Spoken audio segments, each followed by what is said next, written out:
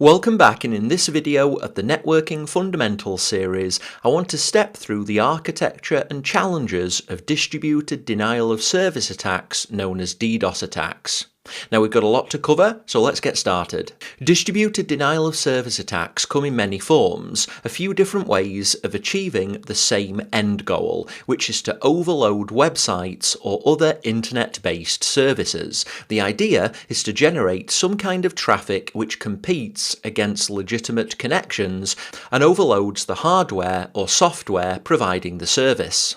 Imagine trying to get into an Apple store on the day when a new iPhone is released. How hard is it to get into the store and get service? What if you added 100,000 random people who just want to queue for no reason and waste the time of the Apple Store staff? That's the physical equivalent of a DDoS attack.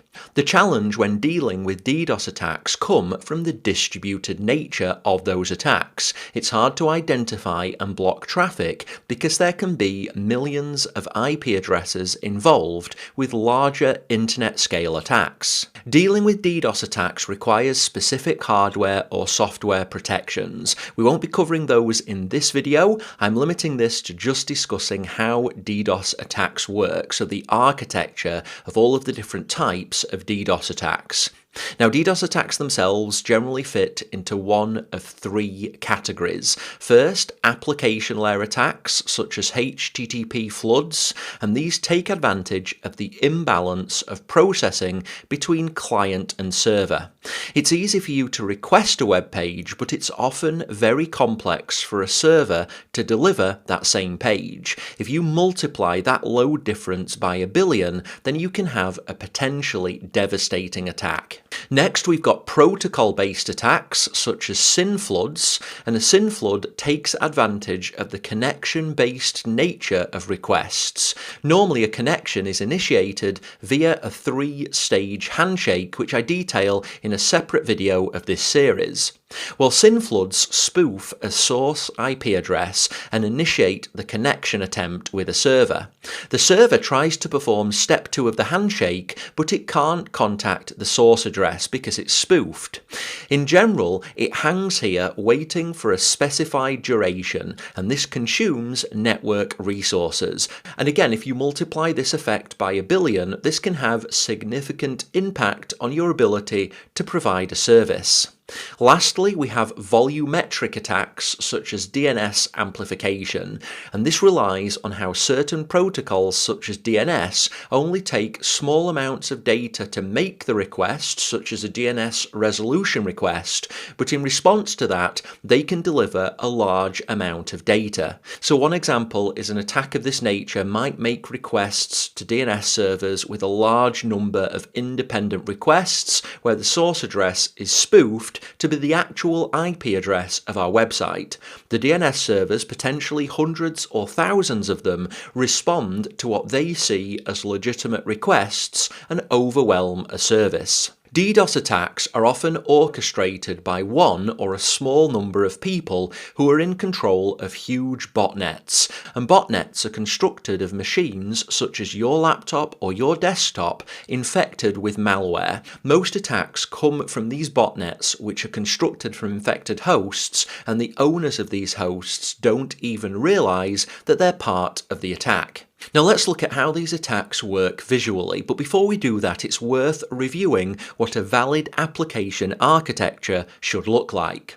When a website is working as intended, it looks something like this. First, we have a number of servers which provide the website functionality, in this case, catagram.io. These servers are normally provisioned either based on normal load plus a bit of extra as a buffer, or they're built to auto-scale, which means adding more servers when load increases and removing servers as load decreases. Now, these servers run within a hosting environment which is connected connected to the public internet via a data connection, which, depending on the speed of this connection, has a limited amount of data that it can transfer and a limit on the number of connections it can handle. Then our application has users who are using a mobile application to upload their latest cat pictures using TCP port 443. Now this is HTTPS, and these connections move across our data connection and arrive at the application servers. Now, under normal circumstances, the vast majority of these connections will be from legitimate users of the application. So this is how it should work. We have an application, the servers are sized appropriately, we have an appropriate data connection, and our users are accessing the application using this infrastructure.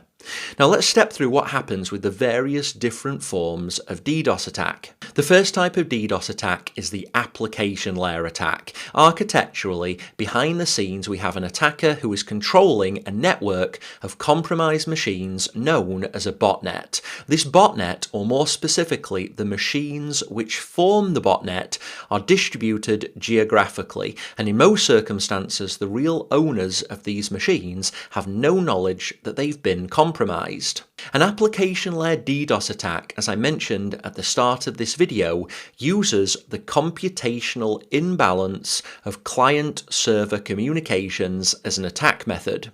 It's easy, for instance, for the botnet to make simple requests to the application. In this case, a HTTP GET of a page called reallycomplex.php. The botnet floods hundreds, thousands, or even tens of thousands of these requests, each of them directed towards the catagram servers. This could mean millions or more of these really simple requests, which are all requesting our reallycomplex.php page. The issue is that while making these requests is simple, responding to these requests can be computationally expensive, and this can have disastrous effects on the servers. It's like throwing hand grenades. They're easy to throw, but they're much more difficult to deal with at the receiving end. The effect is that our servers or the data connection won't have the capacity required to deal with the requests in total.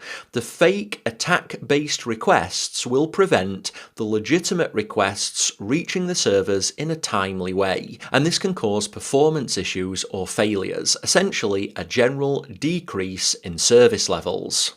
Now, as I mentioned earlier in this video, you can't simply block traffic from individual machines because there can be millions of them, and the data they're sending can in many ways look exactly the same as legitimate traffic, and this is why you have to handle DDoS attacks in a very specific way. Now, at this point, let's move on and take a look at another type of DDoS attack. This time, it's a protocol-based attack. So with a protocol-based attack, we follow the same basic architecture where a single or a small group of attackers is controlling a large botnet, and this botnet is constructed of compromised hosts. Now with a protocol attack such as a SYN flood, essentially what happens is a botnet generates a huge number of spoofed SYNs, and SYNs are the initial part of this three-way connection handshake. So essentially, all of these individual machines attempt to initiate a connection with the catagram.io infrastructure, but crucially they're using a spoofed IP address. Now, under normal circumstances, if these were real connections, what should happen is our server infrastructure would respond back with SYN ACKs, which are the second part of the three-way handshake. Normally, these connection attempts would be from real IP addresses, so IP addresses which are expecting to receive this second part of the three-way handshake. But because our botnet has initiated these connections with spoofed IP addresses, there won't be anything on the receiving end for our servers to communicate with, and so in this case these requests will simply be ignored. Because they're being ignored, it means the connections will stay in this hung state. The network resources which would otherwise be used for legitimate connections are waiting for this second part of the three-way handshake. And because the botnet is providing millions and millions of these fake connections, it can mean that the network resources are completely consumed with these fake connections. And that means that our legitimate connections won't be able to connect into our infrastructure. Essentially, by generating this protocol-based attack, this SYN flood, we're preventing the network resources being used for legitimate requests. And so we're essentially significantly impacting the network capability of this application infrastructure. So because this three-way handshake is designed to work with slower or less reliable connections, our catagram.io infrastructure will wait. It will attempt to connect to these fake source IP addresses.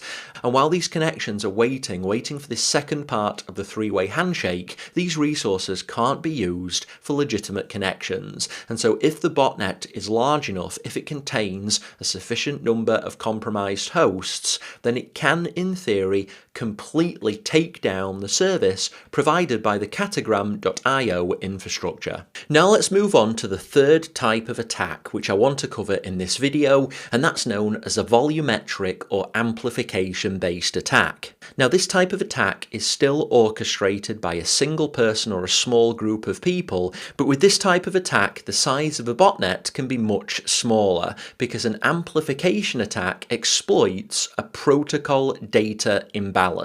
So a situation where only a small amount of data is required to initiate a request, but the response to that request is much larger.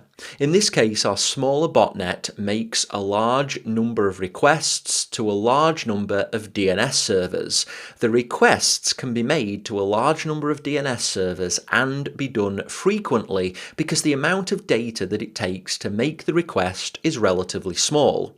Now the botnet will use a spoofed IP address, and it will use the IP address of our application infrastructure. So rather than the DNS servers responding to the botnet, the DNS servers will all respond to our application servers. Now the volume of data in each of those responses is much larger than the volume of data making the initial query to DNS, and because of this the application servers will be quickly overwhelmed.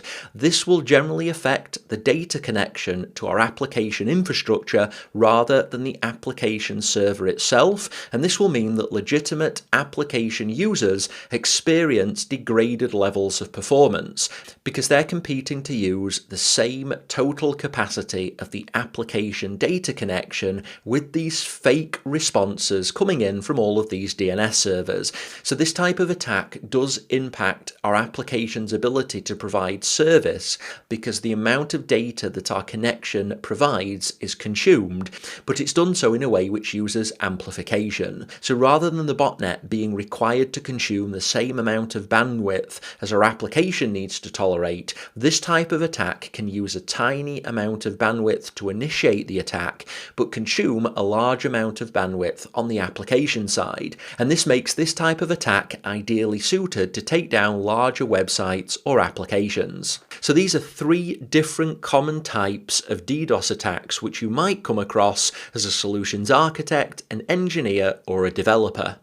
The important thing to understand about all types of DDoS attack is they can't be combated with normal network protection. So because of the distributed nature of the attacks, it's not practical to implement single IP address blocks. If you're going to block an entire botnet, then you need to block potentially thousands, tens of thousands, hundreds of thousands, or even millions of IP addresses. What's more, if you use a volumetric or amplification style attack, then the actual machines performing the attack might not even be malicious. In this case, if you're taking advantage of DNS servers using a DNS amplification attack, then these servers, from their perspective, are doing nothing malicious. They're just responding to requests. And so you have to be really careful that in order to mitigate a DDoS attack, you're not actually blocking legitimate traffic or impacting your application's ability to provide a service. If you block all DNS servers, then potentially you can have other issues with your application. Now, AWS and other cloud environments do provide products and services which are specifically designed to help you combat DDoS attacks. And now that you're aware of the architecture and how these attacks can impact your application, it's going to be much easier for you to understand these different products and services. Now, with that being said, that's everything that I wanted to cover in this video, so go ahead and complete the video, and when you're ready, I look forward to you joining me in the next.